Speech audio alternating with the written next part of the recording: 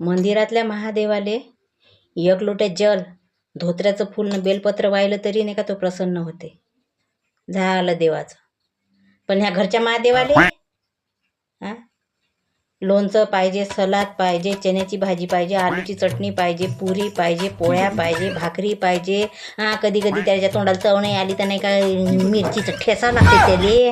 हो ना, घना नाही आहे म्हणलं. एवढं सगळं करूनही नाही का म्हणलं तो कधीच म्हणणार नाही का चांगला स्वयंपाक केला, मी प्रसन्न झालो. तो काही प्रसन्न होत नाही म्हणलं घरचा महादेव.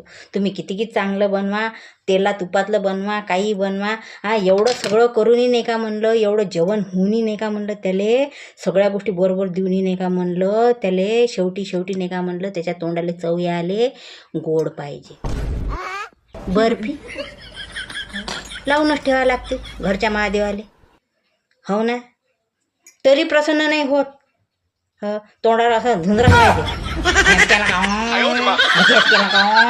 आणि ती हाताला चवच नाही. करून पाहिजे म्हणा एखादी दिवस, मग समजते कायले चव येते तर.